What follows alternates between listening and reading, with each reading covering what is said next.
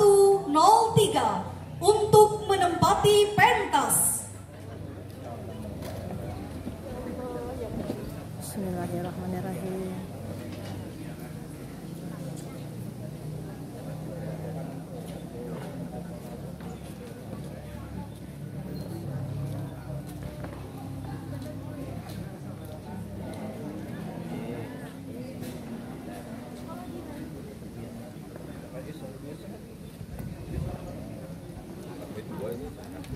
Peserta Musabaqah Syarhil Quran Putri dengan nomor peserta 103 akan membawakan syarahan yang berjudul Memperkuat Spiritual Menuju Indonesia Tangguh. Assalamualaikum warahmatullahi wabarakatuh. Belum.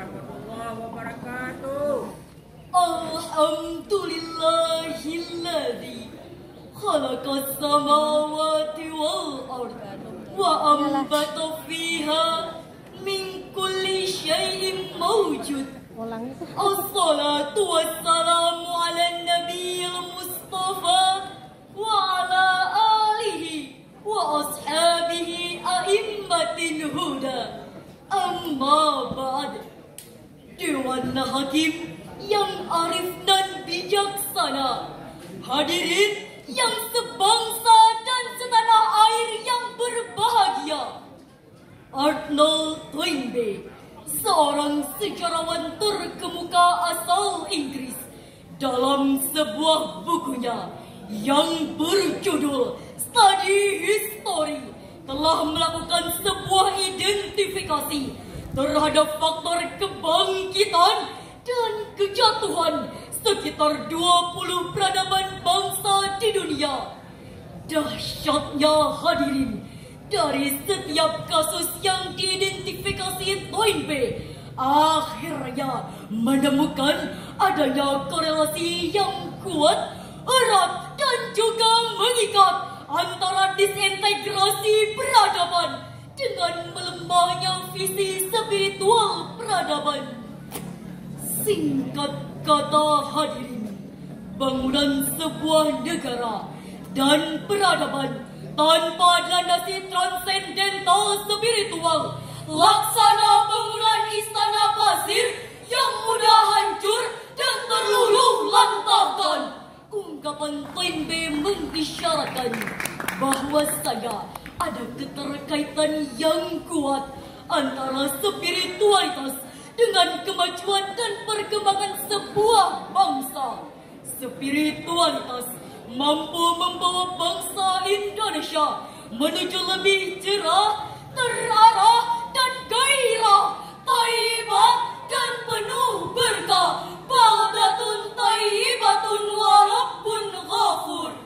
Berdasarkan survei Pew Research Center, lewat surveinya The Global Good to Fight di tahun 2020 merilis hasil Indonesia ada di peringkat teratas negara paling religius.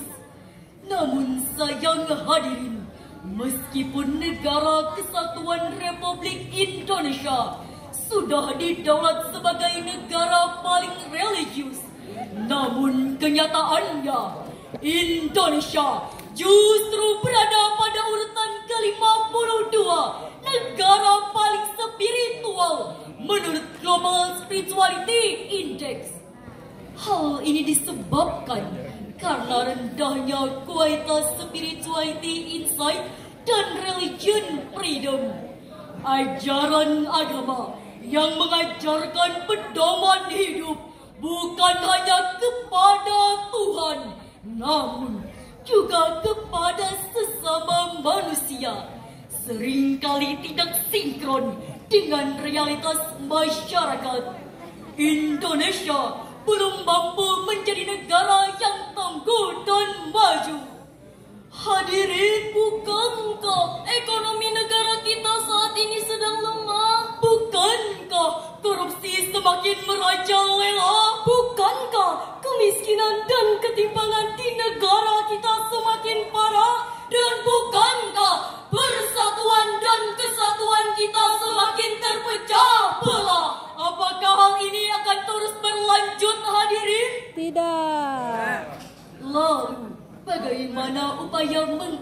berpartisipasi agar Indonesia semakin tangguh dan maju.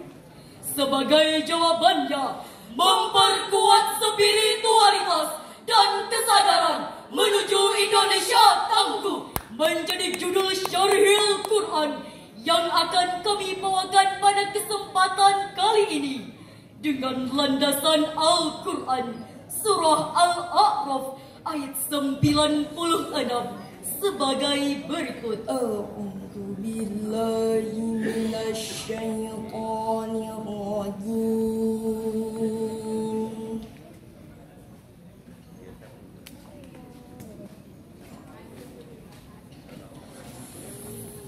Bismillahirrahmanirrahim.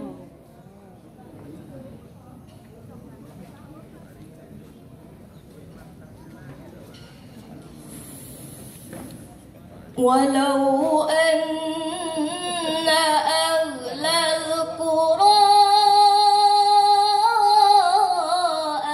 amanu wattaqaw lafatahna alaihim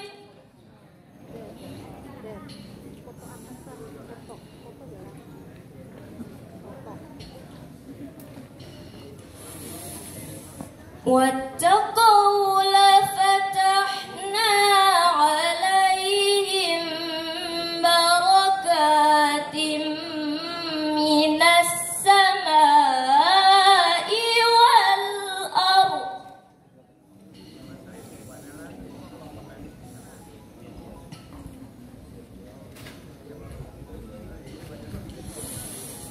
ولكن كذبوا فأخذناهم بما كانوا يكسبون.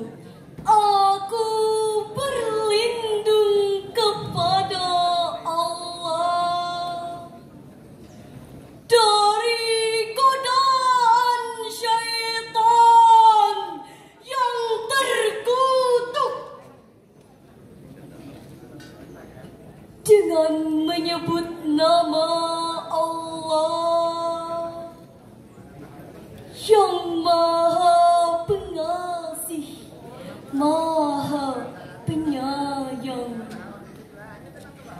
Dan sekiranya penduduk negeri beriman dan bertakwa, pastinya kami akan melimpahkan kepada mereka berkah dari langit dan bumi. Tetapi ternyata mereka mendustakan ayat-ayat kami. Maka kami siksa mereka sesuai dengan apa yang mereka kerjakan. Hadirin wal hadirat rahimakumullah. Dalam ilmu fi'al madi, ayat ini menggunakan gaya bahasa saraji, yakni sebuah gaya bahasa yang mengibaratkan sebuah harapan yang harus kita raih dan memungkinkan untuk mendapatkannya. Ayat ini sekaligus menjadi landasan etis teologis yang memposisikan iman dan takwa sebagai kunci kemajuan peradaban sebuah bangsa. Melalui ayat ini, Allah menjelaskan bahwa seandainya penduduk negeri itu benar-benar beriman dan bertakwa kepada Allah, melaksanakan apa yang diperintahkan dan menjauhi apa yang dilarangnya, maka niscaya Allah akan menghadirkan keberkahan, yakni apa yang mereka butuhkan tanpa sedikit pun rasa kesulitan, kesusahan, dan juga kelelahan. Adapun orang-orang yang mendustakan Allah dan Rasul-Nya, mereka akan diuji dengan kesusahan sebagai peringatan dan akan diuji dengan kemudahan sebagai istidraj dan tipuan. Demikian penafsiran Syekh Abdurrahman bin Nasir As-Sa'di dalam tafsirnya Taisirul Karimir Rahman fi Tafsiril Kalamil Mannan juz 9 halaman 337. Hadirin, dari sini bisa kita pahami bahwa sebuah peradaban negara yang tidak dilandasi oleh nilai-nilai agama dan spiritual hanya akan menjadi bangsa yang lemah. Semua peradaban dan kemajuan yang mereka dapatkan hanyalah tipu daya dan semu belaka. Sebaliknya, sebuah negara yang didasari oleh iman dan takwa akan menjadi bangsa yang tangguh dan meraih kebahagiaan yang utuh. Sayyid Qutb dalam tafsirnya fi Zilalil Quran menjelaskan bahwa ketangguhan Rasulullah dan para sahabatnya digunakan untuk menyebarkan agama Islam ke penjuru dunia. Bekal mereka adalah iman, perbendaharaan mereka juga adalah iman, sedangkan sandaran mereka adalah Allah. Semua bekal selain iman pasti habis. Semua perbendaharaan selain iman pasti habis. Sedangkan sandaran selain Allah pasti roboh.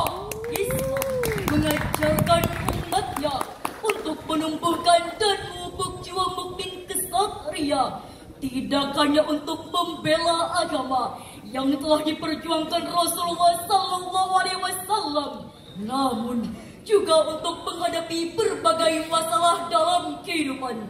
Dari Abu Hurairah, dia berkata, Rasulullah SAW bersabda, "Al-mu'minul qawi khairun wa hubbu ilallah minal mu'minin ad-dhaif wa fi kullin khairun." Orang mukmin yang kuat lebih baik dan lebih dicintai Allah daripada orang mukmin yang lemah, dan masing-masing mempunyai kebaikan. Hadis riwayat Muslim. Hadis ini menjelaskan tentang akhlak mulia, berusaha melakukan kebaikan yang didukung dengan keimanan. Namun, jika ternyata terjadi sesuatu yang buruk, maka diserahkan kepada Allah. Karena orang yang kuat akan mampu berbuat lebih baik untuk dirinya sendiri maupun orang lain. Hadirin rahimakumullah, disinilah urgensi peningkatan spiritualitas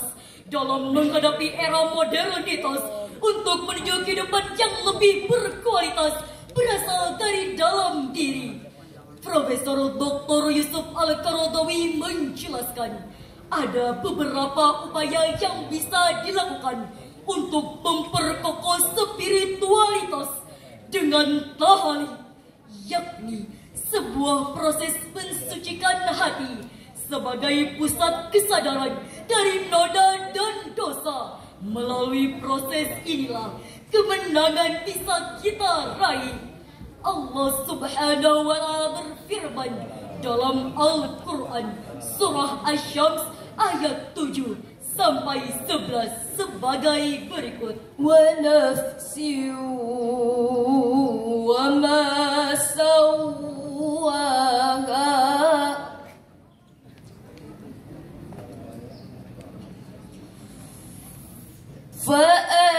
فألهمها فجورها وتقواها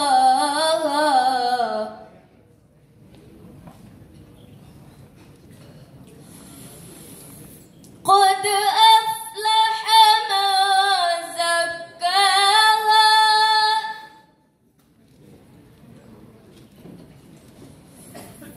وقد خاب من دساها